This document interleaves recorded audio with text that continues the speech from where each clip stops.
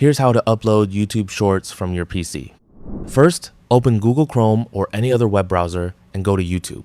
Make sure you're signed into the channel where you want to upload the short. Click Create in the top right corner, then select Upload Videos.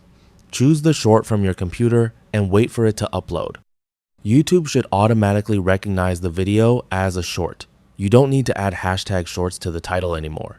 Next, add a title and description. Keep the title clear and relevant.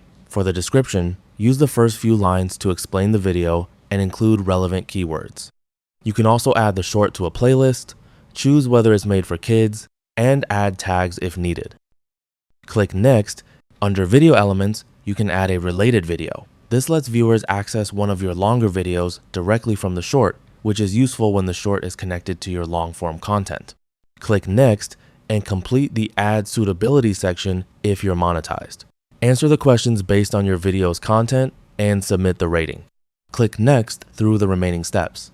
Finally, choose whether to make the short private, unlisted, or public. You can also schedule it for a future date. Once the video finishes processing, click Publish or Schedule, depending on your choice. That's all for this video. Thanks.